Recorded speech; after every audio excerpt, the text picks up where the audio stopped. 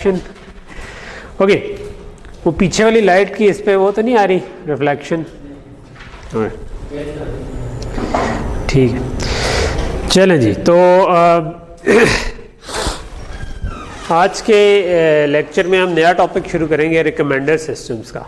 ठीक है तो रिकमेंडर सिस्टम जो है ये प्रॉब्ली कह लें कि जो सबसे कॉमनली इंडस्ट्री में शायद यूज्ड जो मशीन लर्निंग का होगी ना एप्लीकेशन, और जिसमें वो चाह रहे हो बेहतर से बेहतर हो सके वो है।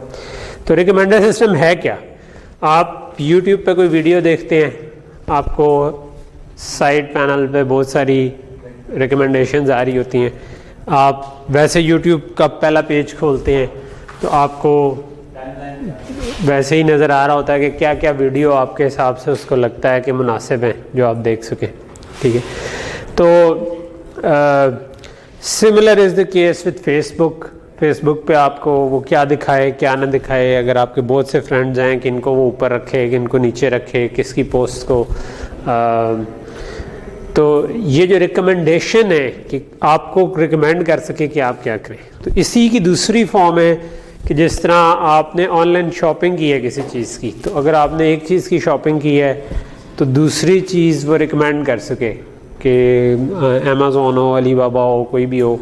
ठीक है आपने किसी जगह से कोई चीज़ बाय की तो आप बेस्ड ऑन योर प्रीवियस जो आपने चीज़ें ख़रीदी होंगी उसकी बेस पे वो सजेस्ट कर सके कि आप क्या चीज़ें, या आपने नेटफ्लिक्स पे कोई मूवी देखी है और 2-4 मूवीज़ आप देख चुके हैं या 5-10 मूवीज़ देख चुके हैं, तो उसकी बेस पे वो एक एनालाइज कर सके कि आपको किस टाइप की मूवीज़ पसंद हैं और वो आपको उस टाइप की कोई मूवी सजेस्ट कर सके। ठीक है तो so basically this is the problem of recommender systems कि आप रिकमेंडेशन कर सकें, और ये एक्सट्रीमली इम्पॉर्टेंट उनके लिए इसलिए होती हैं because that's what they are cashing in on. ठीक है तो जो यूट्यूब, फेसबुक, नेटफ्लिक्स वगैरह हैं उनका अपना ऑब्जेक्टिव फंक्शन क्या है यूट्यूब का, कि आपका टाइम ऑन यूट्यूब या फेसबुक इसको मैक्सिमाइज करवाए। ठीक है जो कि आप अपने ज़ाती तजर्बे की बेस पे कह सकते होंगे कि वो इसमें बड़े कामयाब जा रहे हैं, उनका कॉस्ट फंक्शन बड़ा ठीक जा रहा होगा। ठीक है एटलीस्ट मेरे केस में तो जा रहा है। अनफॉर्चुनेटली मैं बड़ी मुश्किल से फेसबुक की ऐप डिलीट की है और यूट्यूब का मैं बीच बीच में सोच रहा हूँ, लेकिन बात it takes a lot of time, क्योंकि मैं मैयर भी कई दफ़ा कर रहा होता हूँ तो यूट्यूब मेरे ज़िंदगी का बहुत सा हिस्सा खा देता तो कहने का मकसद ये है कि इसका मतलब है कि उनका recommender system is working well. ठीक है और ये हर बंदे के लिए डिफरेंट होगा, यानी कि अगर एक मतलब बिलियंस ऑफ वीडियोज़ हैं, ठीक है, उनमें से आपको सजेस्ट करना है तो हो सकता है आप ऑन करें तो आपको वो क्रिकेट रिलेटेड कोई स्टफ़ दिखाए। ठीक है कि जी पिछले मैच की हाइलाइट्स दिखाई, एटलीस्ट मुझे अक्सर मैं खोलता हूँ तो वही फ़लाँ हाइलाइट्स हो गई, फ़लाँ किसी चीज़ की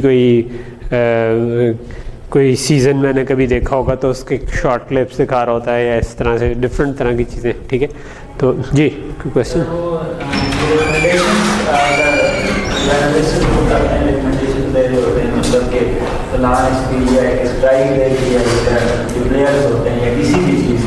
उसमें सर वो प्रोबेबिलिटी इन्वॉल्व होती है सर, तो इसका भी यही होता है? नहीं वो ये वाली रिकमेंडेशन नहीं है कि कोई बैट्समैन अच्छा है या बॉलर अच्छा है, हम इसकी बात नहीं कर रहे हैं। हम ये कह रहे हैं कि आपको कौन सी नेक्स्ट वीडियो देखनी चाहिए, या नेक्स्ट वीडियो कौन सी सजेस्ट करे यूट्यूब, या कौन सी मूवी सजेस्ट करे नेटफ्लिक्स। ठीक है तो वो डिफरेंट चीज़ है, ये थोड़ी सी डिफरेंट चीज़। ओके सो प्रॉब्लम है क्या रिकमेंडेशन? तो थोड़ा सा इसमें ये है कि शायद इसके ऊपर एकेडमिक काम कम है और इंडस्ट्री में शायद सबसे ज़्यादा यूज़ होने वाली चीज़ ये है। ठीक है तो लेकिन कह लो कि रिसर्च पेपर उतने ज़्यादा नहीं है। ठीक है so will start with an example and will take this example throughout ये जो रिकमेंडेशन सिस्टम का आज का लेक्चर है उसमें, कि हम लेट्स से कि हम मूवीज़ को रेट करना चाहते हैं। ठीक है। तो मूवीज़ की रेटिंग आपने देखा होगा अक्सर साइट पे ना स्टार्स बने होते हैं कि 1 स्टार से लेकर आप 5 स्टार तक उसको रेट कर सकते हैं, ठीक है। तो मैंने मूवी देखनी हो तो टिपिकली आजकल पहला काम मैं यही करता हूँ कि वो IMDb पे रॉटन टोमेटोज़ पे जाके उसकी रेटिंग चेक कर ली, ठीक है।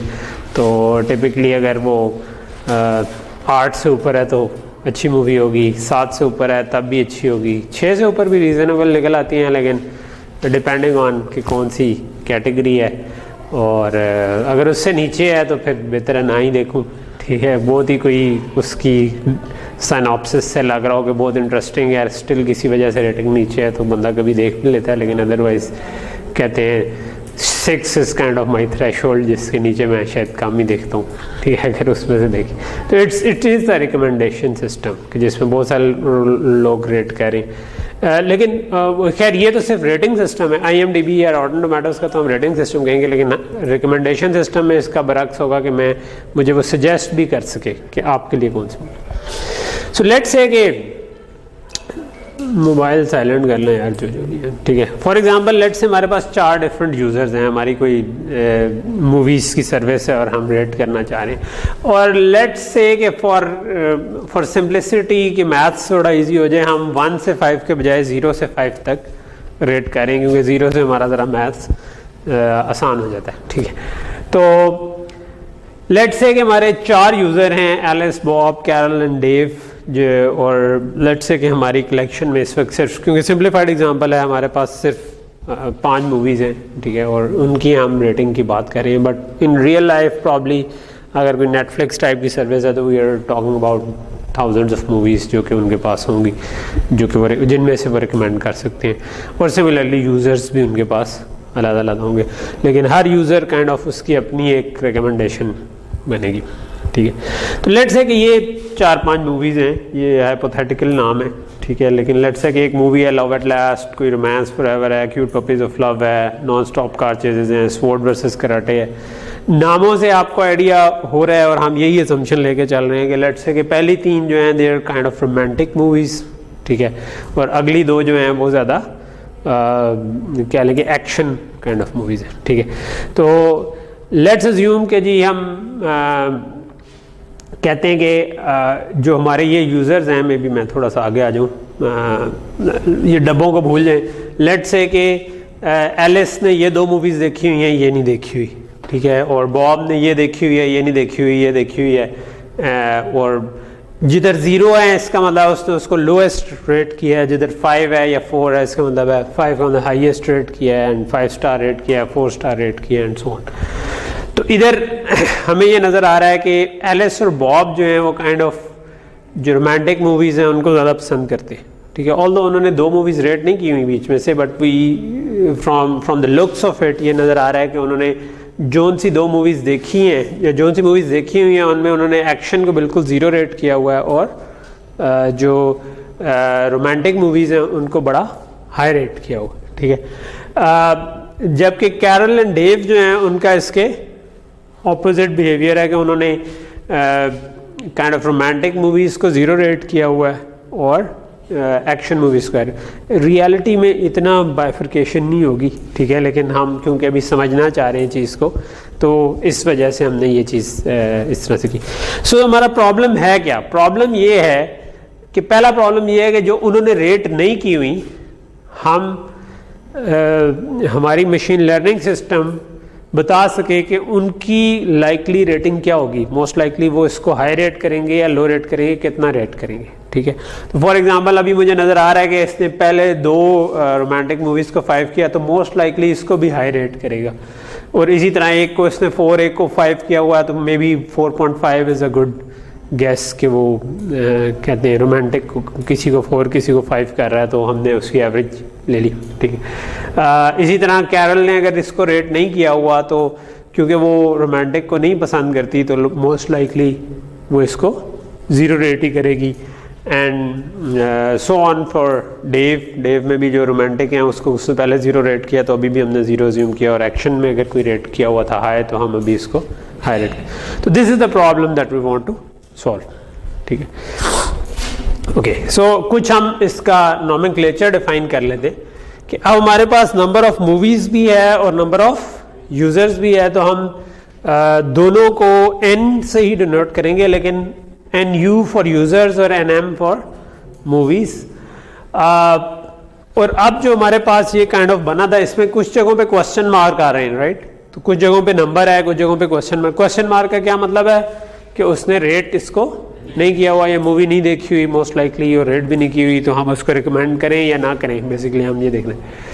तो अब तो अगर 0 1 ही होता है फिर तो हम सिंपल कहते हैं कि यार YIJ जो है वो रेटिंग है, जहाँ पे हम I लेट से डायरेक्शन में हम कह दें कि मूवीज़, J डायरेक्शन में हम कह दें यूज़र, तो RIJ पर हमारे पास YIJ पर हमारे पास उसकी रेटिंग आ गई।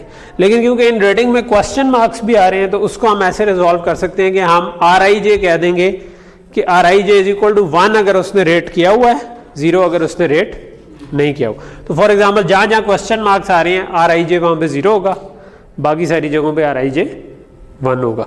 और YIJ जो होगा उसकी वैल्यू तभी डिफाइंड होगी जब RIJ 1 हो। अगर रेट किया हुआ है तो हम उसकी रेटिंग को ही देंगे, अदरवाइज YIJ की वैल्यू जो भी गार्बेज वैल्यू है वो डोंट केयर, या 0 वैल्यू कर देंगे, ठीक है। सो यहाँ तक चीज़ समझ आ रही है कि हमने एक एक्सेस को कह दिया मूवीज़, और नंबर ऑफ NM लेट से रोज हो गई, NU हमारे पास कॉलम्स हो गए, और उसमें ith रो jth कॉलम पे अगर हम जाएं तो वहाँ पे अगर उसकी रेटिंग है तो RIJ 1 होगा, और जो रेटिंग होगी वो हम YIJ को कहेंगे। फॉर एग्जांपल अगर मैं कहूँ कि मैं आखिरी रो के इस कॉलम पे जाता हूँ तो यहाँ पर YIJ 5 है, ठीक है। सो Y 0 1 2 3 4 Y4 0 1 2 3 Y4 3 is 5 और R4 3 is 1 बिकॉज रेट हमने किया हुआ। For this thing R4 4 is kind of 0, तो Y जो है उसकी जो भी वैल्यू है डजेंट मैटर। ओके, सो यहाँ तक चीज़ समझ आ गई। So you understand the problem कि हम करना क्या चाह रहे हैं। We want to predict values for जो यूज़र ने रेट नहीं किया। ओके, सो नेक्स्ट चीज़ है कि फिर करें क्या। तो उसका एक तरीका ये हो सकता है कि हम कंटेंट बेस्ड रिकमेंडेशन यूज़ करें। तो उसमें हम क्या करते हैं, तो दिस वाज अ प्रॉब्लम कि हमारे पास मूवीज़ हैं, यूज़र्स हैं, and we want to predict जो उन्होंने मूवीज़ नहीं रेट की हुई उनको वो कैसा रेट करेंगे, ठीक है। तो लेट्स से कि हम किसी तरह हमारे पास 2 फीचर्स आ जाते हैं, ठीक है। अभी हम ये नहीं सोच रहे कि कैसे आए, लेकिन लेट्स से कि 2 फीचर्स आ जाते हैं। एक के मूवी में रोमांस कितना है और एक के उसमें एक्शन कितना है, ठीक है। तो हम X1 कह देते हैं रोमांस को, X2 कह देते हैं एक्शन को, ठीक है।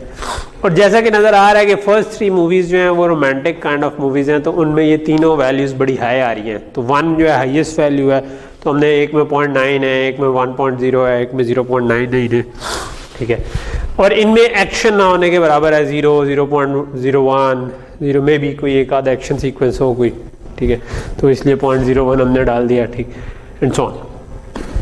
और जो बाकी 2 जो ज़्यादा एक्शन ओरिएंटेड लग रही हैं उसमें लेट्स से कि हम कहते हैं कि उसमें हमें नज़र आ रहा है कि ये वाली वैल्यू एक्शन वाला पैरामीटर है, मे भी इसमें कोई छोटा मोटा रोमांटिक सीन हो तो जिसके लिए 0.1 हमने इसको कह दिया, ठीक।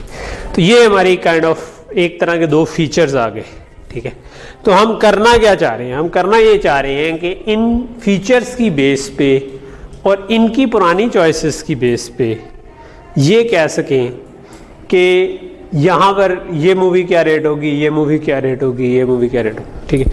तो one way to look at it is कि मैं हर यूज़र के लिए इसको एक लॉजिस्टिक रिग्रेशन का प्रॉब्लम बना दूँ, ठीक है, सॉरी लीनियर रिग्रेशन का प्रॉब्लम बना, ठीक है। और मैं क्या कहूँ कि for each J learn parameter theta I J and predict user J as rating with movie I as theta transpose X, ठीक है। तो हम बेसिकली क्योंकि हमने कॉन्टिन्यूस वैल्यू प्रेडिक्ट करनी है फ्रॉम 0 to 5, तो हम इसको एक लीनियर रिग्रेशन का प्रॉब्लम बना दें। और हम क्या करेंगे, हम लेट से कि मैं एलिस को लेता हूँ, ठीक है। तो एलिस की ये मेरे पास पड़ी हुई हैं रेटिंग्स ऑलरेडी, और ये मेरे पास पड़े हुए हैं फीचर्स। तो इन फीचर्स की बेस पे मैं थीटास अपने निकालूं कि theta 0 plus theta 1 x1 plus theta 2 x2 ठीक है, जिस तरह हमने लीनियर रिग्रेशन में किया था, वो थीटास में ऐसे फाइंड आउट करूं कि जो मुझे हाइपोथेसिस निकाल दें कि इसकी वैल्यू क्या आएगी। सो गिवन दोज वैल्यूज जो मुझे नोन है, उनको यूज़ करते हुए किसी तरह मैं फाइंड आउट कर रहा हूँ। लेट्स से कि वो थीटास मुझे पता है, तो थीटास पता है, तो बेसिकली अब क्या हो गया, अब ये हो गया कि आपके पास ये x1 x2 है, तो ये जो दोनों मिल के बनते हैं ये फीचर वेक्टर आपका बन गया, राइट।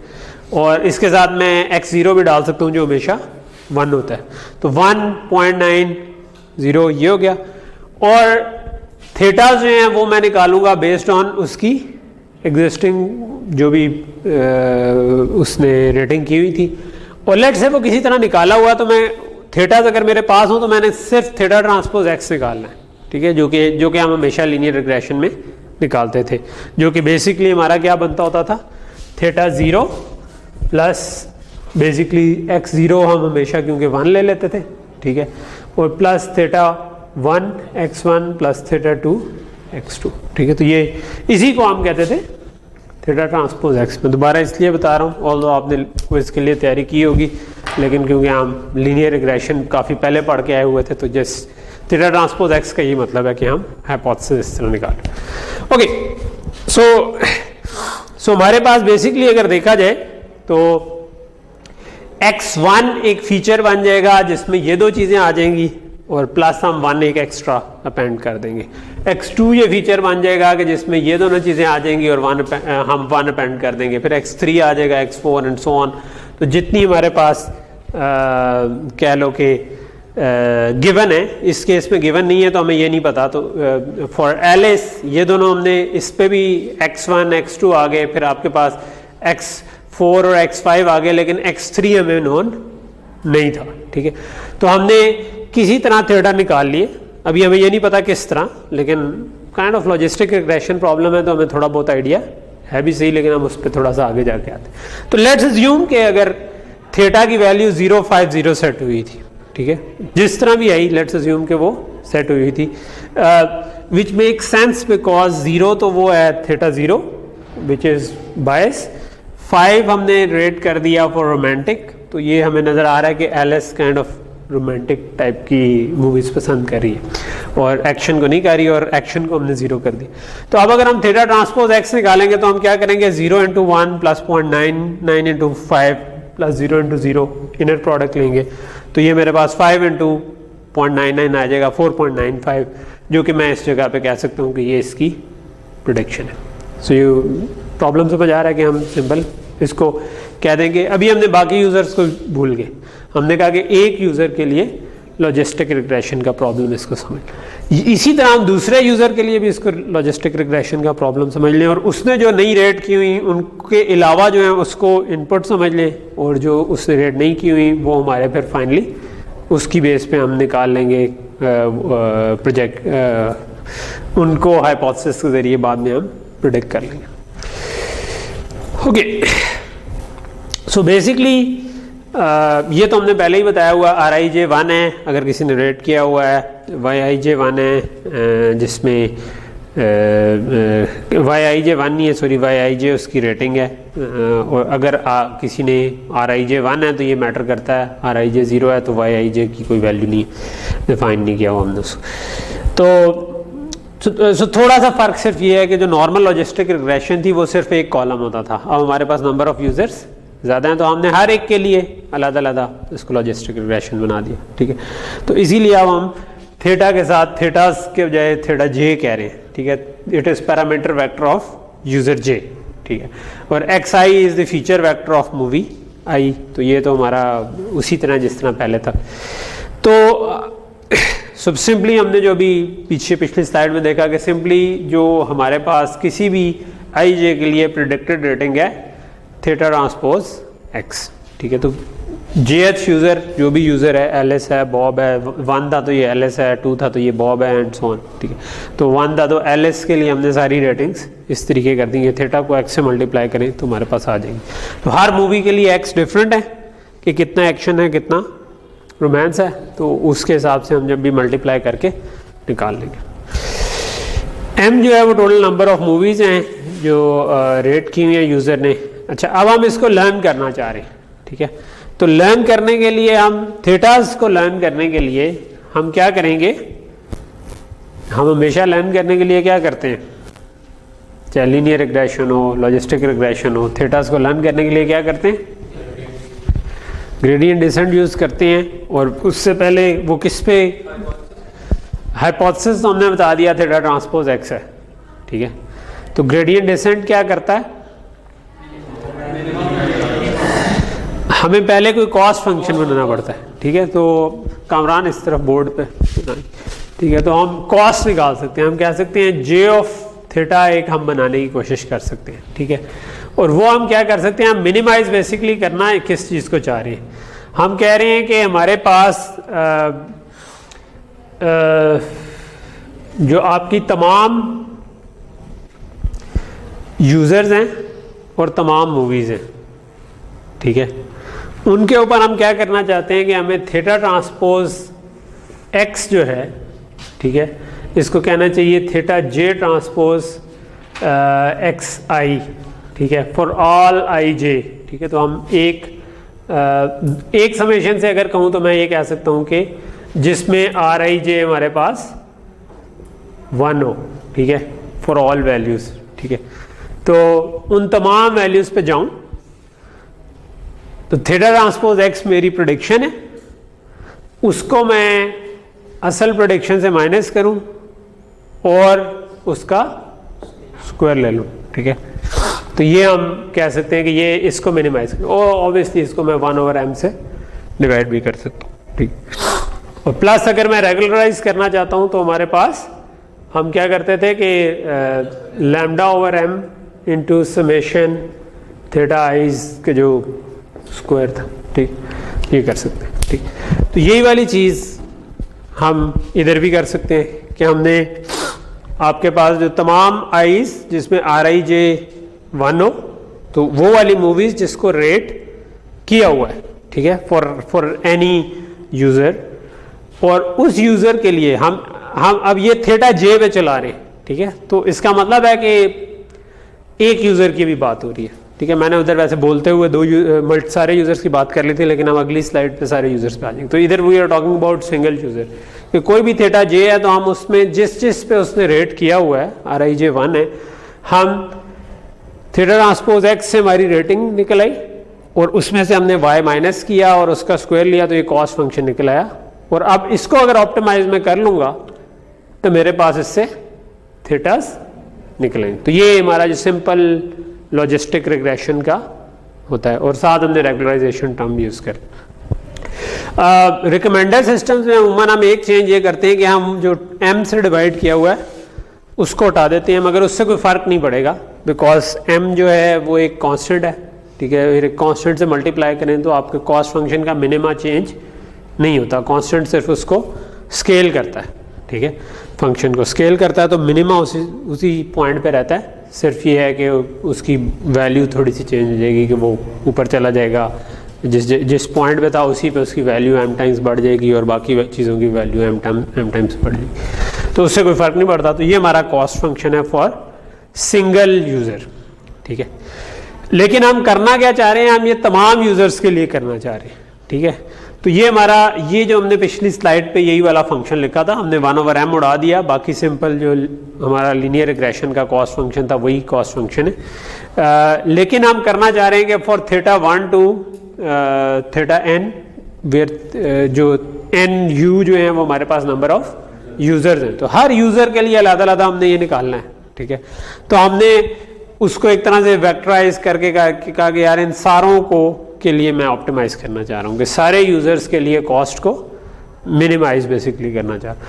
तो ये वाला जो इक्वेशन है, इसमें और इसमें सिर्फ इतना सा फ़र्क है कि हमने ये वाली समेशन एक एक्स्ट्रा डाल दी है यहाँ पर भी और यहाँ पर भी, कि यहाँ से यहाँ तक वही फंक्शन है, ये भी वही है, लेकिन हमने कहा कि तमाम यूज़र्स के लिए भी इसको सम कर लो। तमाम यूज़र्स के लिए भी सम कर लिया तो अब हमारे पास कॉस्ट जो होगी उसमें तमाम यूज़र्स का फैक्टर आ जाएगा, और हम उसको कह रहे हैं कि थीटा 1 to थीटा nu तक हम जा रहे हैं, ठीक है। काइंड ऑफ सेम चीज़ है, but with this extra summation जो कि यूज़र्स के ऊपर आ रही है, ठीक है।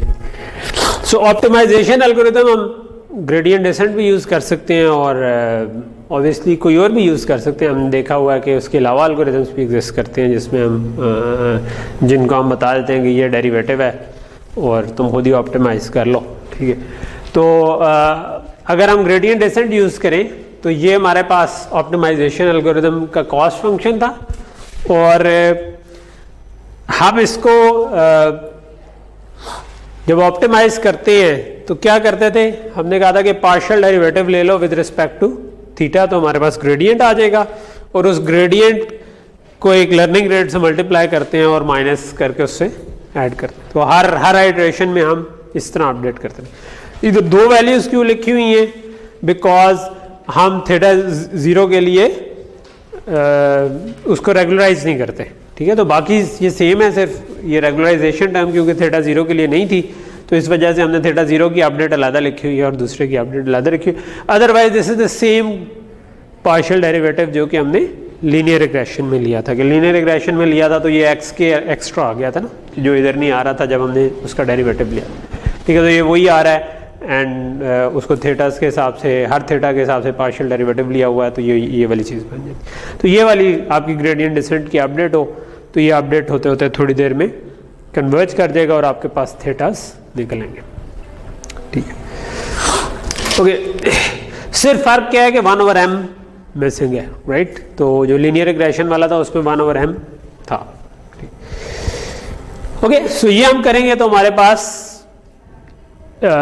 थीटास निकल आएंगे और थीटास निकल आए तो इसका मतलब है कि जो वैल्यूज जिस पे यूजर ने रेट नहीं किया हुआ हम उस पर आप प्रेडिक्ट कर सकते हैं, बिकॉज हम थीटा ट्रांसपोज एक्स लेकर उस जगह पे प्रेडिक्ट कर देंगे। तो जो क्वेश्चन था जो हम निकालना चाह रहे थे ओरिजिनली वो ये था कि हम इन वैल्यूज़ को निकालना चाह रहे थे। तो हमने किया क्या कि अपने तमाम यूज़र्स के लिए जो वैल्यूज़ RIJ जिसमें 1 था इनके अलावा यानी क्वेश्चन मार्क के अलावा उसके ऊपर हमने ट्रेन कर लिया, उससे हमारे पास थीटास निकल आए कि एक्स हमारे पास हमने अज्यूम किया है कि पहले से थे, ठीक है। तो ऑब्वियसली ये भी बड़ी अजम्पशन है लेकिन हम इस पर बाद में आएंगे कि ये कैसे पहले से थे, लेकिन पहले से हमारे पास मूवीज़ का किसी तरह पता था कि उसमें कंटेंट किस तरह का है। तो हमने थीटा ट्रांसपोज एक्स लेकर हमारे पास ये वाली वैल्यूज़ आ जाएंगी और वो थीटा निकालने के लिए हमने अब देख लिया कि हम ग्रेडियंट डिसेंट यूज़ कर सकते हैं। इनको हम समझ लें कि ये नहीं है, बाकी केसेस को यूज़ करते हुए हम ऑप्टिमाइज कर लें ग्रेडियंट डिसेंट के ज़रिए। Okay, so this is called content based learning. दूसरी एक और जो टेक्निक यूज़ होती है वो कहलाती है कोलैबोरेटिव फिल्टरिंग, ठीक है। सो कोलैबोरेटिव फिल्टरिंग जो है वो इंटरेस्टिंग इस लिहाज से भी है कि इसमें हम शायद पहली टेक्निक है जिसमें हम फीचर्स भी खुद से लर्न करने की कोशिश करेंगे, ठीक है। तो पीछे जो टेक्निक थी उसमें हम फीचर्स खुद डिफाइन कर रहे थे, ठीक है।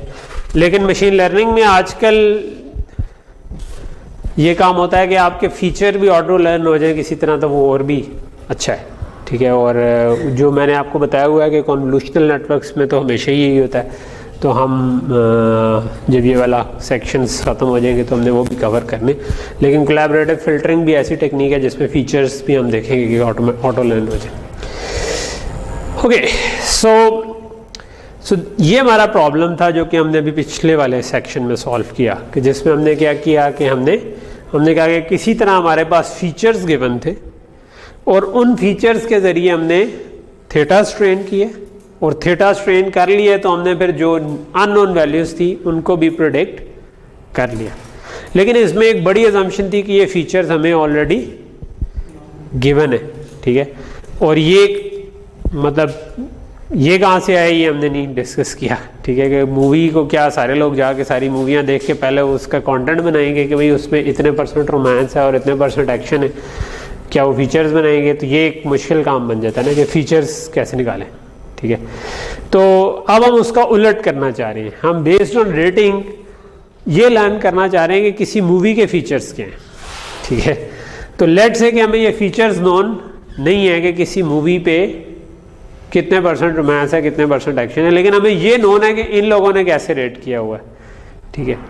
पर लेट्स अज्यूम कि मुझे किसी तरह ये नोन है कि एलिस, बॉब, कैरल और डेव जो हैं वो एक्शन को कितना पसंद करते हैं और रोमांस के, सो काइंड ऑफ अब हम इसका ऑपोजिट प्रॉब्लम ले रहे हैं कि लेट से किसी तरह मुझे पता है उनके थेटास, ठीक है, लेट से कि मैंने उनको सर्वे करवाया यूज़र से कि आपको किस तरह की मूवीज़ पसंद है, और उन्होंने बताया कि यार मुझे तो एक्शन टाइप की पसंद है, ये मुझे रोमांस टाइप की पसंद है, और उनको उससे डिफरेंट नंबर्स हमने ले लिए कि यार कितने परसेंट आप 1 से 10 तक, 1 से 5 तक कोई आप बताएं कि आपको एक्शन ज़्यादा कितना पसंद है, और 1 से 5 तक बताएं कि रोमांस कितना पसंद है, एंड सो ऑन। और उनके हिसाब से उन्होंने बता दिया कि हमने मूवीज़ को ऐसे रेट किया हुआ, ठीक है। अब लेट्स अज्यूम कि मुझे इस वाली मूवी का नाम, लेट्स से कि नाम भी नहीं पता था, बस एक मूवी थी कोई, ठीक है, क्योंकि इधर तो नाम से भी थोड़ा सा आइडिया हो रहा है रोमांटिक, लेट्स से कि नाम भी नहीं पता था, मुझे नहीं पता कि इस मूवी में रोमांस ज़्यादा है या वो ज़्यादा है, एक्शन ज़्यादा है, ठीक है।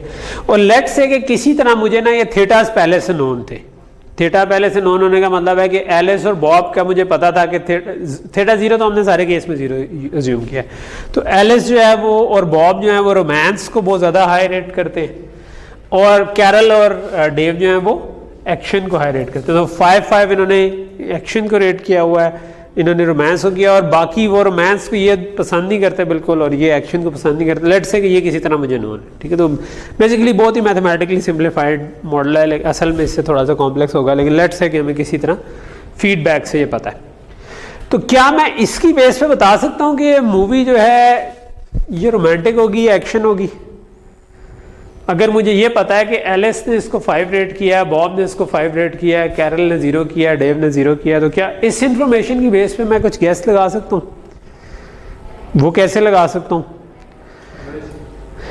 इनको देख के अंदाज़ा हो रहा है कि यार ये तो एक्शन को बहुत ज़्यादा रोमांस को ज़्यादा रेट करते हैं, और इन्होंने इसको हाई रेट किया हुआ है, और जो एक्शन को रेट करते हैं उन्होंने इसको लो रेट किया हुआ है। तो इसका मतलब है कि ये मोस्ट लाइकली एक रोमांटिक मूवी होगी, ठीक है। तो it could be close to 5 in romance and almost 0 for action, because इन्होंने टोटली इसको कंडम कर दी, ठीक है। तो ये हम कर सकते हैं, ठीक है, कि लेकिन अभी तो हम रीज़न दे के कर रहे हैं, हम उसको प्रॉब्लम के तौर पर कैसे फॉर्मुलेट करें कि हम उसको सॉल्व करना चाहते हैं। तो हम करना ये चाहते हैं स्टिल अगेन कि अब हमें थेटास नोन है, और हम कहें कि यार थेटा ट्रांसपोज एक्स हम निकालना चाहते हैं, ठीक है, और उसमें उसको हम इस तरीके से ऑप्टिमाइज करना चाहते हैं कि ये हम इस रेटिंग को बेस्ट अप्रॉक्सीमेट कर सके, ठीक है। तो अब हमारे पास एक्स नोन है, तो हम कहना चाहते हैं कि मैं अगर थेटा 1 ट्रांसपोज एक्स लूँ तो मेरे पास 5 आना चाहिए, राइट। सो मैं अगर इसको इससे मल्टीप्लाई कर दूं, ठीक है, इसके साथ एक 1 लगाएंगे हम क्योंकि x0 1 होता है, तो मैं इसको इससे मल्टीप्लाई करूं तो मुझे 5 आ जाए, कुछ ऐसे एक्सेस होने चाहिए कि मेरे पास 5 आ जाए, ठीक है। तो अल्हम्दुलिल्लाह ऑब्वियसली मैं अगर इसको 0 1 0 से मल्टीप्लाई करूंगा तो से डॉट प्रोडक्ट लूँगा तो मेरे पास 5 आ जाएगा, ठीक है। तो वो 0 1 0 जो है इसका मतलब है कि थीटा 0 x0 1 है, एंड और ये मेरे पास इधर 1 आ जाएगा, इधर 0 आ जाएगा। तो ये काइंड ऑफ हम काम करना चाह रहे हैं, ठीक है। हमें मूवी का ये नहीं पता कि वो रोमांटिक है या नहीं है, या एक्शन है कि नहीं है, but we want to learn based on these thetas कि उसके पैरामीटर्स क्या हैं, ठीक है।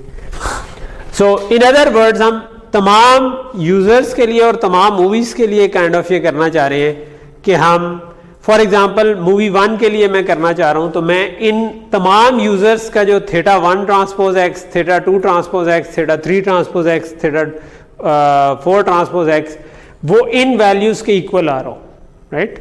मैं ये चाह रहा हूँ कि ये जो है ये 5 आ रहा हो, ये भी 5 आ रहा हो, ये 0 आ रहा हो, ये 0 आ रहा हो। तो ये आइडियली मेरे लिए अगर मैं इसको अप्रॉक्सीमेट कर लूँ तो इसका मतलब है कि मेरे पास एक्सेस की ठीक ठीक वैल्यू आ गई, ऐसे एक्सेस जो कि ये काम कर सके, ठीक है। और यही काम फिर हम बाकी मूवीज़ के लिए भी कर सकते हैं, ठीक है। सो अब प्रॉब्लम हमारा थोड़ा सा चेंज हो गया। पहले हम थेटास निकालते हैं नॉर्मली जिस तरह सारे मशीन लर्निंग प्रॉब्लम में निकालते हैं, इस केस में अब हम एक्स निकालना चाह रहे हैं, ठीक है। कॉस्ट फंक्शन हमारा अभी भी वही है कि थीटा ट्रांसपोज एक्स को हम मिनिमाइज करना चाह रहे हैं, लेकिन पहले हम थीटास निकाल रहे होते थे, अब हम एक्स निकालना चाह रहे हैं। ठीक है, तो क्योंकि अब एक्स हमारे वो चीज़ है जो हम लर्न करना चाह रहे हैं, तो हम इसको रेगुलराइज करेंगे। ठीक है, तो कॉस्ट फंक्शन में हमने ये वाला हिस्सा तकरीबन वैसे ही है, लेकिन ये वाले हिस्से में यहाँ पे थीटा स्क्वायर होता था, यहाँ पर एक्स स्क्वायर आ गया, क्योंकि अब एक्स अननोन है और हम फीचर्स लर्न करना चाह रहे हैं बजाय इसके कि हम हाइपोथेसिस लर्न करें। ठीक है, तो अब हमारे जो फीचर्स हैं वो क्या लर्न होंगे वो हम देखना चाहते हैं। ठीक है, और अगेन हमारे पास कहते हैं क्योंकि एम मूवीज़ हैं, ठीक है, तो ये हमने एक मूवी के लिए किया हुआ है, हमारे पास टोटल NM मूवीज़ हैं। सो NM नंबर ऑफ मूवीज़ के लिए हम ये करेंगे तो ये वाला समेशन आ जाएगी। ठीक है, तो this slide is kind of replica of जो हमने थीटा की स्लाइड बनाई थी, लेकिन उस केस में हम थीटा सीख रहे थे, इधर थीटा आ रहे थे, और हमने कहा था नंबर ऑफ यूज़र्स, तमाम नंबर ऑफ यूज़र्स के लिए समेशन कर लो। लेकिन इस केस में हमने तमाम नंबर ऑफ यूज़र्स पे पहले ही समेशन की हुई थी, अब हम बाकी मूवीज़ के ऊपर अब समेशन कर लो। मैं कहा तमाम मूवीज़ के लिए देख लो और उनके लिए फिर जो भी थीटास निकलते हैं वो सब के सब लर्न कर लो। तो तमाम मूवीज़ के एक्सेस को लर्न कर, थीटा नहीं सॉरी एक्सेस को लर्न कर लो। ठीक, ओके, सो ये हमारे पास काइंड ऑफ ऑब्जेक्टिव फंक्शन आ गया। और अगर मैं इसको लर्न करवाना चाहूँ तो इसको भी ग्रेडियंट डिसेंट से लर्न करवा सकता हूँ। ठीक है, लेकिन अगर हम अगर पिछली दोनों चीज़ें जो हमने की हैं, एक केस में हमने अज्यूम किया था कि एक्स नोन है और थीटास निकालें, एक केस में हमने अज्यूम किया था कि थीटास नोन है, एक्स निकालें।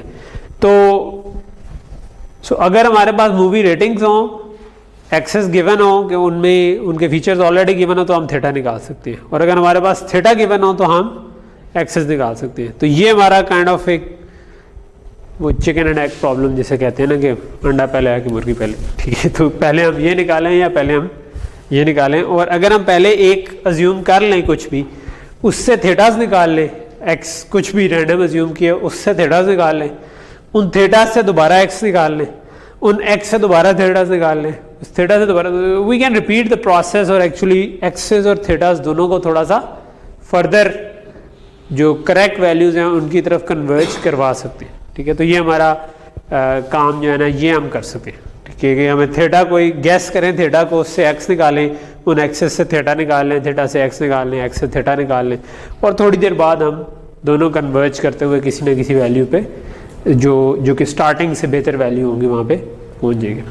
ठीक है, तो आइडिया आपको हो गया कोलैबोरेटिव फिल्टरिंग में कि एक तो हम फीचर लर्न करना चाह रहे हैं, लेकिन दूसरा ये है कि जो रिकमेंडर सिस्टम में दो चीज़ें हम लर्न करना चाह रहे हैं, फीचर भी लर्न करना चाह रहे हैं और थीटास भी लर्न, हाइपोथेसिस भी लर्न करना चाह रहे हैं, फीचर भी लर्न करना चाह रहे हैं, और ये दोनों एक दूसरे को काइंड ऑफ एक से हम दूसरा निकाल सकते हैं गिवन एक हमें हो पता हो। तो अब हम थोड़ा सा इसका एल्गोरिथम को फॉर्मलाइज करते हैं कि कोलैबोरेटिव फिल्टरिंग का एल्गोरिथम क्या है। ठीक है, सो अगर हमारे पास फीचर्स गिवन है जो कि हमने फर्स्ट सेक्शन में किया था और हम थीटा निकालना चाह रहे थे, तो ये हमारा कॉस्ट फंक्शन बनता था जिसको हम मिनिमाइज करना चाह रहे थे। और अगर हमारे पास थीटा गिवन हो और हम फीचर्स लर्न करना चाह रहे हैं तो ये हमारा कॉस्ट फंक्शन बनता था, जिसमें एक फ़र्क ये है कि यहाँ पर थीटास रेगुलराइज हो रहे थे और जो भी चीज़ लर्न हो रही थी वही रेगुलराइज हो रही थी। ये वाला जो पार्ट है, ये वाला यहाँ पर समेशन के अंदर तो ये सेम लग रहा है, समेशन में अगर हम देखें जाए तो ये इंटरनल सम हुआ है नंबर ऑफ मूवीज़ पे और एक्सटर्नल सम हुआ है नंबर ऑफ यूज़र्स पे, और ये एक्सटर्नल सम हुआ है नंबर ऑफ मूवीज़ पे और इंटरनल सम हुआ है नंबर ऑफ यूज़र्स पे। सो इफेक्टिवली क्या हो रहा है कि ये तमाम यूज़र्स और तमाम मूवीज़ के ऊपर हो रहा है। ठीक है, चाहे ये हो कैलकुलेशन, तो basically it's the same calculation, क्योंकि आप कॉलम वाइज जाके रो वाइज सम कर लें या रो वाइज जाके कॉलम वाइज सम कर लें, it's the same thing. In the and आपने सारों का सम करके एक कॉस्ट निकाल ली। ठीक है, और सिर्फ ओनली कंडीशन इज कि हम उन मूवीज़ को देख रहे हैं जिसके लिए RIJ1 हो, यानी यूज़र ने रेट किया हुआ हो। हम उन मूवीज़ को इग्नोर कर रहे हैं जिनके लिए यूज़र ने रेटिंग ना दी हो। ठीक है, तो हम एक कंबाइंड फंक्शन बना सकते हैं, ठीक है। तो ये जो बड़ी सी एक्सप्रेशन लिखी जाए ये इतनी बड़ी नहीं है, यहाँ पर हमने ये वाली सेम चीज़ जो थी ये उठाकर हम इधर ले आए, ठीक है। और हमने यहाँ पर एक समेशन डाल दी कि तमाम आर आई जे जिस पे आर आई जे 1 हो उन तमाम के तमाम पे सम कर दो। तो तमाम रोज कॉलम्स में जहाँ जहाँ आर आई जे 1 मिलता है उसमें आप ये चीज़ निकाल लो कि आपकी थीटा ट्रांसपोज एक्स क्या आता है और उसका वाई से डिफरेंस क्या है, ठीक है। और फिर आप क्या करो कि एक ये टर्म थी रेगुलराइजेशन की, ये भी ले आओ और ये वाली रेगुलराइजेशन की टर्म भी ले आओ। तो थीटास को भी आप रेगुलराइज कर दो और एक्स को भी रेगुलराइज कर दो। तो ये जो कंबाइंड कॉस्ट फंक्शन है, अब ये थीटा और एक्स दोनों इसमें आ रहे हैं, राइट। और हम एक ग्रेडियंट डिसेंट इसके ऊपर चला सकते हैं कि थीटा और एक्स को इकट्ठा ही लर्न कर लो बजाय 1 बाय 1 लर्न करने के। तो पिछली जब मैंने प्रॉब्लम एक्सप्लेन किया था उसमें मैंने कहा था थीटा फिक्स्ड हो तो हम एक्स लर्न कर सकते हैं, एक्स फिक्स हो तो हम थीटा लर्न कर सकते हैं। तो इधर हम ये कह रहे हैं कि हम किसी को भी फिक्स ना रखें, हम थीटा और एक्स दोनों को इकट्ठा लर्न कर लें, ठीक है। बिकॉज वो भी कुछ अननोन्स हैं, ये भी कुछ अननोन्स हैं, तो दोनों वेरिएबल्स ही हम लर्न कर लें। हाइपोथेसिस भी लर्न हो जाएगा, फीचर्स भी लर्न हो जाएगा, ठीक है। अगर इसमें मैं थीटास को कांस्टेंट रख दूंगा तो ये वाला ये चीज करना शुरू हो जाएगा। अगर इसमें मैं एक्सेस को कांस्टेंट, मतलब ये जो लिखा हुआ है ना, इसमें अगर मैं एक्सेस को कांस्टेंट कर दूं तो मैं थीटास लर्न करना शुरू हो जाऊंगा। अगर मैं थीटास को कांस्टेंट कर लूं तो मैं एक्सेस लर्न करना शुरू कर दूंगा, ठीक है। और अगर मैं दोनों को वेरिएबल रखूं तो मैं काइंड ऑफ दोनों को at the same time learn कर लूंगा, ठीक है। तो ये हमारे पास बन जाता है एक कोलैबोरेटिव फिल्टरिंग का कॉस्ट फंक्शन जिसमें थीटास और एक्स दोनों इकट्ठे ही लर्न कर लिए। सो एल्गोरिथम क्या बना कि आप थीटास और एक्स को कुछ स्मॉल रैंडम वैल्यूज से इनिशियलाइज कर दें, just like in neural networks जो हम वो करते थे, ठीक।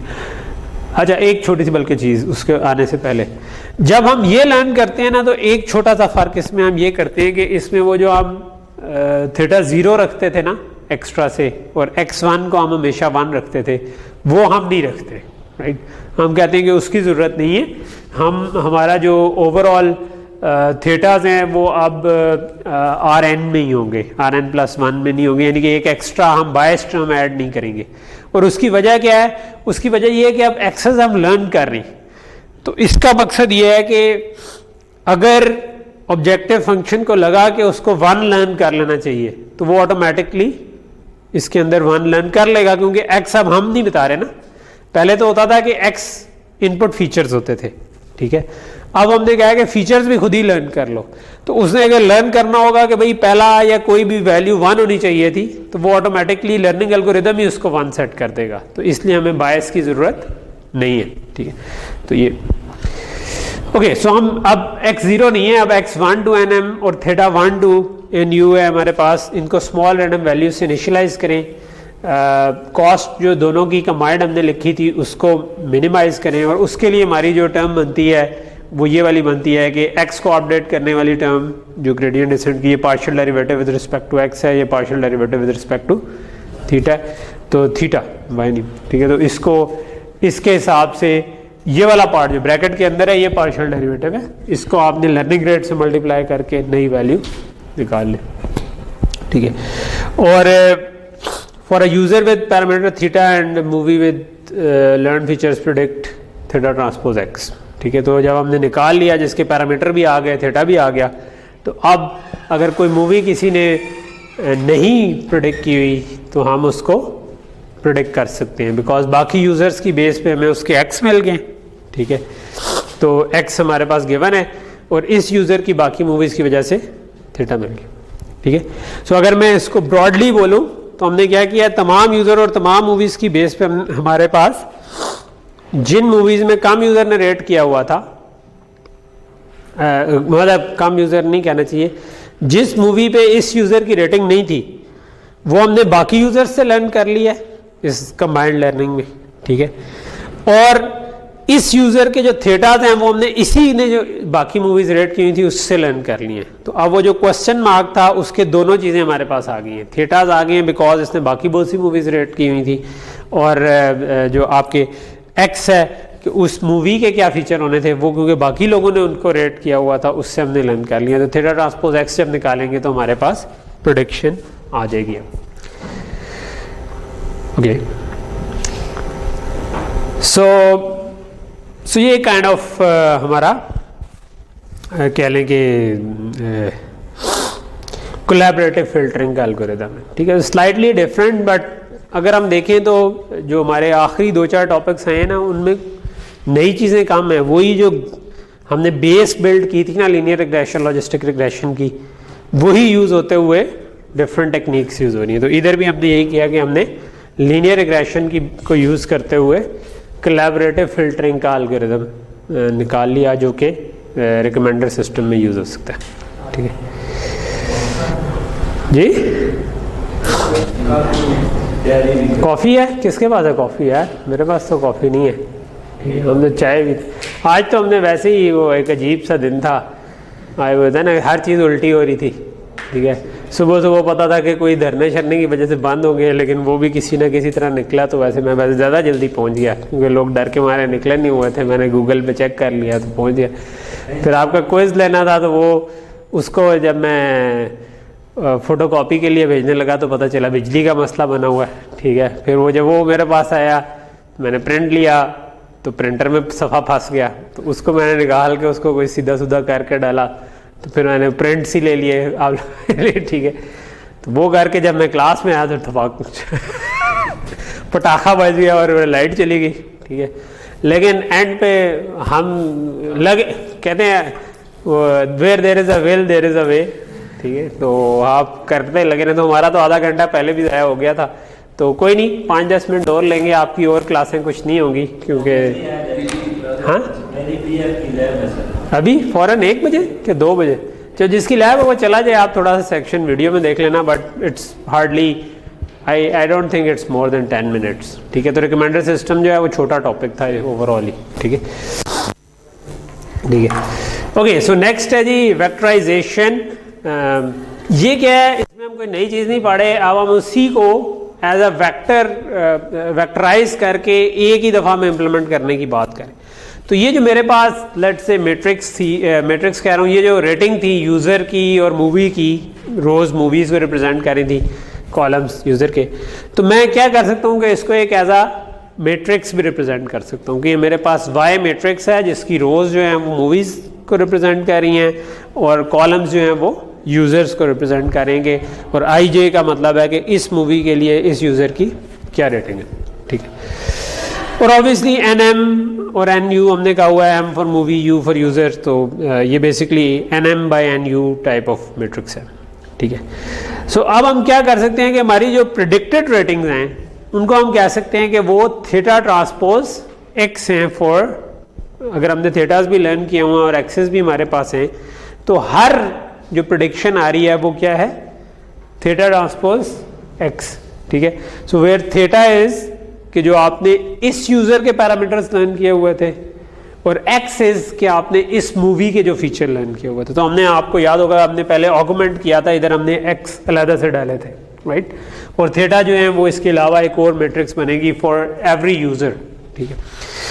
तो अगर मैं इसको लिखना चाहूँ तो मैं एक तरीके से ऐसे भी लिख सकता हूँ कि मैं तमाम एक्सेस को की रोज बना लूँ, ठीक है। कि मैं ये कहूँ कि यार x1 ट्रांसपोज, x2 ट्रांसपोज, जो हमने इधर ऑगमेंट किया था, काइंड ऑफ ये मूवी है, इसके पैरम्स जो बनते हैं उनको मैं एक मैट्रिक्स में लिख लूँ, जिस मैट्रिक्स में हर रो जो वो उस वाली मूवी के फीचर्स को रिप्रेजेंट कर रही हो, ठीक है। ट्रांसपोज हम इसलिए डालते हैं क्योंकि नॉर्मली हम कॉलम वेक्टर की बात कर रहे हैं, तो क्योंकि हमने रो में डाला हुआ तो हम इसलिए इसको ट्रांसपोज। और थीटास जो हैं, जो हर यूज़र के थीटा आते हैं, ठीक है, इस कॉलम को रिप्रेजेंट कर रहे हैं, उनको भी मैं एक थीटा मैट्रिक्स बना दूं जिसको हम रो वाइज रख दें, ठीक है। तो अब हम क्या कर सकते हैं कि ये वाली मैट्रिक्स बेसिकली निकाल सकते हैं by simply multiplying x with this capital theta transpose, ठीक है। ये वाला कैपिटल थीटा का सिंपल है, तो इसका अगर मैं ट्रांसपोज ले लूंगा तो क्या होगा, ये वाली, ये क्योंकि 1 जो है ये इधर आ जाएगा, तो ये वाली रो इस पूरे से मल्टीप्लाई होगी, थीटा ट्रांसपोज एक्स की एक वैल्यू आ गई, ठीक है।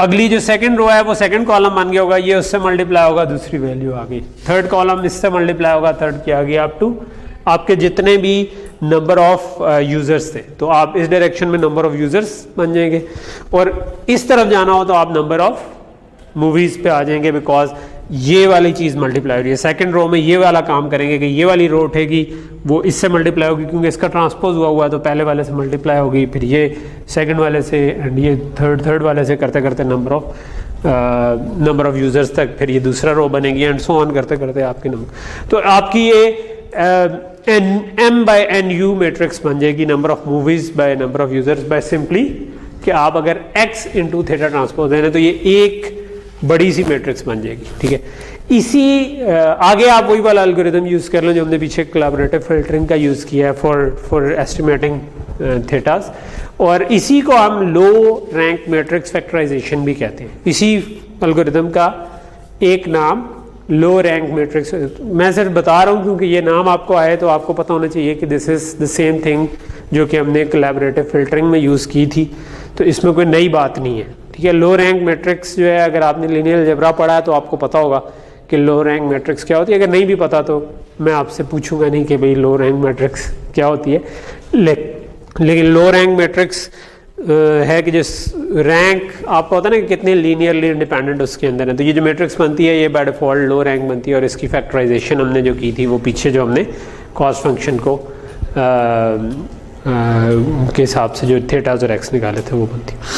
ठीक है, अच्छा इसी से तो इस पहले पार्ट का तो मकसद था कि ये पूरा काम जो है ये आप वेक्टराइज कर सकते हैं, सिंपल एक मैट्रिक्स मल्टीप्लिकेशन में भी लेके आ सकते हैं। दूसरा जो एक काम है कि जब आपने रिकमेंडेशन करनी है तो कई दफ़ा आप ये चाह रहे होते हैं कि भाई मैंने 5 रिकमेंडेशन करनी है या 10 रिकमेंडेशन करनी है, तो वो कैसे करूं।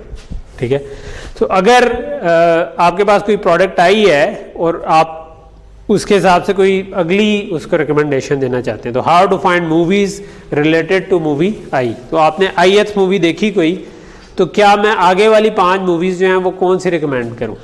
ठीक है, तो उसके लिए हम ये कर सकते हैं कि हम वो वाली मूवीज उठा लें जिनका शॉर्टेस्ट डिस्टेंस इस मूवी से आता हो, और डिस्टेंस निकालना में आता है यूक्लिडियन डिस्टेंस हम निकाल लेते होते हैं नॉर्म लेकर। ठीक है, कि पॉइंट बाय पॉइंट आप डिफरेंस लेते हैं और वेक्टर का जो डिफरेंस निकलता है, तो हम 5 मोस्ट सिमिलर मूवीज़ जो हैं वो निकाल लें। वो हम कैसे निकाल सकते हैं कि तमाम मूवीज़ का आप नॉर्म निकालें और देखेंगे कौन सी 5 मूवीज़ हैं जो कि शॉर्टेस्ट उसमें आ रही है। जैसे 2 डायमेंशन में हमने निकाला था ना, याद होगा।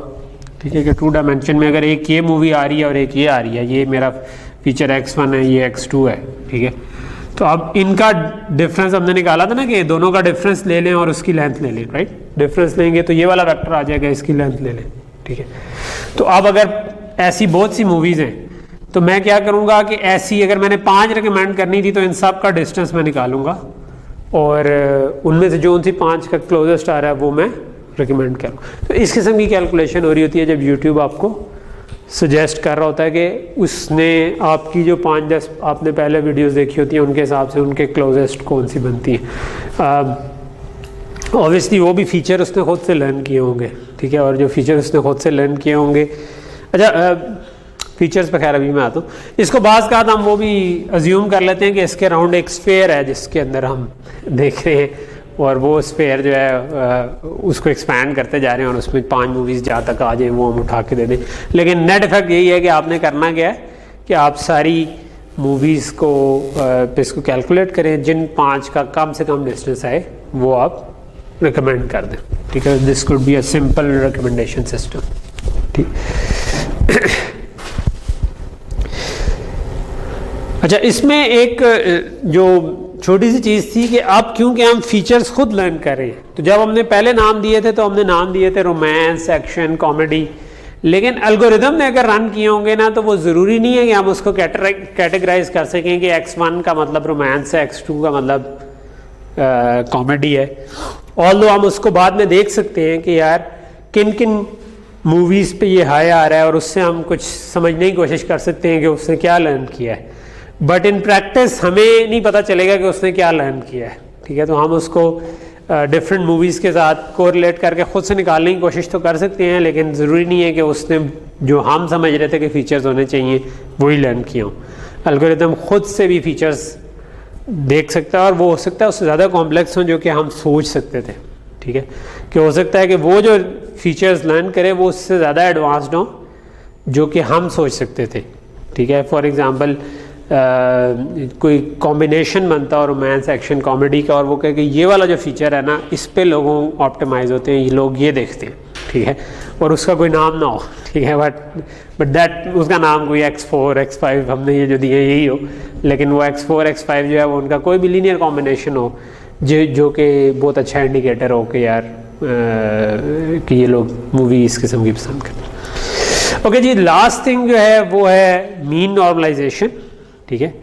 और मीन नॉर्मलाइजेशन क्या चीज़ है, ये भी एक बहुत छोटा सा चीज़ है। वो ये है कि लेट से कि कोई यूज़र आता है और उसने कोई भी मूवी, नया यूज़र आया, उसने कोई भी मूवी रेट नहीं की, उस पर अगर मैं इस ऑब्जेक्टिव फंक्शन को ऑप्टिमाइज़ करना चाहूँगा तो इसमें क्योंकि हमने RIJ इज इक्वल टू 1 पे इसको किया हुआ है रेट, तो इसका तो RIJ 1 किसी पे आएगा ही नहीं, बिकॉज ये सारे ही क्वेश्चन मार्क है ना, को सारे क्वेश्चन मार्क है, इसने कोई रेट ही नहीं की, तो ये वाला हिस्सा तोड़ जाएगा बिकॉज RIJ किसी के लिए 1 था ही नहीं।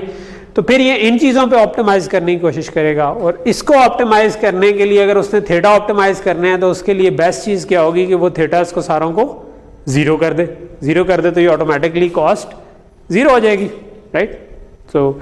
सो अगर कोई नया यूज़र आया तो बाय डिफ़ॉल्ट क्या बनेगा कि आपकी कॉस्ट ज़ीरो हो जाएगी, और जब भी आप ज़ीरो से थीटा ट्रांसपोज एक्स लेंगे तो वो ज़ीरो आ जाएगा, तो वो सारी मूवीज़ को ज़ीरो रेट उसके हिसाब से आ जाएगा, ठीक है। तो इससे मच बेटर होता कि वो कोई एग्जिस्टिंग यूज़र्स की एवरेज टाइप की चीज़ ले लेता। तो उसको करने के लिए हम क्या करते हैं, मीन नॉर्मलाइजेशन कर लेते हैं।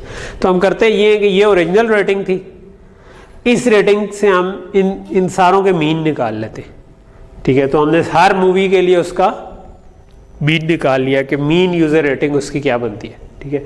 तो म्यू निकाल लिया जो कि इन सब का मीन है, इसका मीन है, इसका मीन है एंड सो ऑन, ठीक है। सो मीन तो आपको पता है एवरेज को कहते हैं, ठीक है। तो हमने 5 + 0 + 0 डिवाइड बाय 4 किया तो हमारे पास 1.25 आ गया, ठीक है। बाकी जो है किसी पे 2.5 आ गई, किसी पे, तो ये अब हर मूवी की एवरेज रेटिंग एक तरह की आ गई, ठीक है।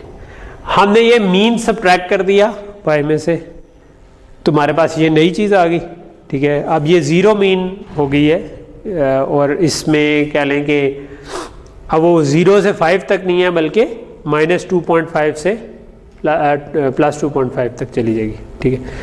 और उसके बाद आप क्या करोगे, आप इसके ऊपर ट्रेन करोगे, ठीक है। तो सारा आपने जो ट्रेन करने से पहले हमने मीन नॉर्मलाइजेशन कर ली। तो प्रिडिक्ट करते हुए क्या करेंगे, क्योंकि हमने इधर मीन सब्ट्रैक्ट किया था तो वापस हम मीन ऐड कर देंगे, ठीक है। तो हम प्रिडिक्ट करते हुए क्या करेंगे कि हम थीटा ट्रांसपोज एक्स लेंगे लेकिन प्लस मीन ऐड कर देंगे। इसका नेट इफेक्ट क्या होगा कि अभी भी जो लर्निंग होगी उसमें यहां पर 0 आना ही शायद सूट कर रहा होगा, लेकिन इधर 0 आ गया तो आप क्या करेंगे, थीटा ट्रांसपोज एक्स लेंगे, ये तो 0 आ जाएगा, लेकिन क्योंकि प्लस मीन हमने ऐड किया हुआ है तो जो नया यूजर आया है उसके लिए जो प्रेडिक्शन होगी वो बाकी तमाम यूजर्स की एवरेज जो थी कि यार इस मूवी को मोस्ट लाइकली 2.5 करेगा, इसको 2.5 करेगा, तो हमने सारों की एवरेज जो है वो नए यूज़र के लिए कर दी बजाय 0 के, which is slightly better than कि आप मच बेटर देन एक्चुअली कि आप 0 प्रेडिक्ट कर रहे थे, ठीक है। और यही काम जो है ये आप दूसरी डायरेक्शन में भी कर सकते हैं, यानी ये हमने रो पे किया था, ये कॉलम मीन के ऊपर भी ये काम हो सकता है कि आप उसके हिसाब से कर लें। तो उसमें जो वो प्रेडिक्ट कर रहे होंगे वो फिर वो यूज़र्स के हिसाब से वो मीन निकल आएंगे और आप उसको निकाल लें। तो मतलब वो आप तब करेंगे जब आप कोई नई मूवी डालेंगे, ठीक है। तो नई मूवी डालें तो उसकी क्या रेटिंग होनी चाहिए, तो क्या मैं 0 करूँगा या मैं बाकियों की एवरेज लगा दूँ। प्रैक्टिकली मेरा ख्याल है मूवी में ये डजेंट मेक सेंस कि आप ज़रूर उसका मीन निकालें, ठीक है, बिकॉज एक नई मूवी है उसको एवरेज रेट कर, उस पर अभी कोई रेटिंग नहीं आई तो आप उसको इग्नोर ही करें जब तक रेटिंग नहीं आ सकती तो ज़्यादा बेहतर है मेरा ख्याल है, क्योंकि मूवी में डायनामिक होने का चांस क्या है, लेकिन यूज़र में एटलीस्ट माई माइंड से ठीक है। तो आपका जो यूज़र है उसके केस में मेरे ख्याल में मीन निकालना ज़्यादा सेंसिबल। ओके जी, so this was recommender systems. तो हमने इसमें स्टार्ट किया था विद द प्रॉब्लम कि हम मूवी रिकमेंडेशन करें, इसको हम जनरलाइज कर सकते हैं फॉर अदर केसेस। इसमें मूवीज़ की रेटिंग की बात कर रहे थे, लेकिन यूट्यूब की वीडियोस जब आप रिकमेंड यूट्यूब कर रहा होता है तो वो उसको थोड़ा सा डिफरेंट काम करना पड़ता है। फॉर एग्जांपल उसके पास रेटिंग उस तरह से नहीं होती, उसने वो लर्न जो करनी है उसमें लाइक्स डिसलाइक्स ये वाले फैक्टर आ रहे होते हैं, number of views, watch time, average view duration. तो ये वाले फीचर्स को वो लेकर के उससे आपको रिकमेंड कर सकता है चीज़ों को, ठीक है। और कुछ जो है वो खुद से भी लर्न कर सकता हो। तो चीज़ें ये खैर काफ़ी अब एडवांस हो गई हैं, तो इसमें और भी चीज़ें वीडियो कंटेंट वगैरह पे भी वो लर्निंग कर रहे होते हैं। तो ठीक है जी, यहाँ पर हम रुकते हैं।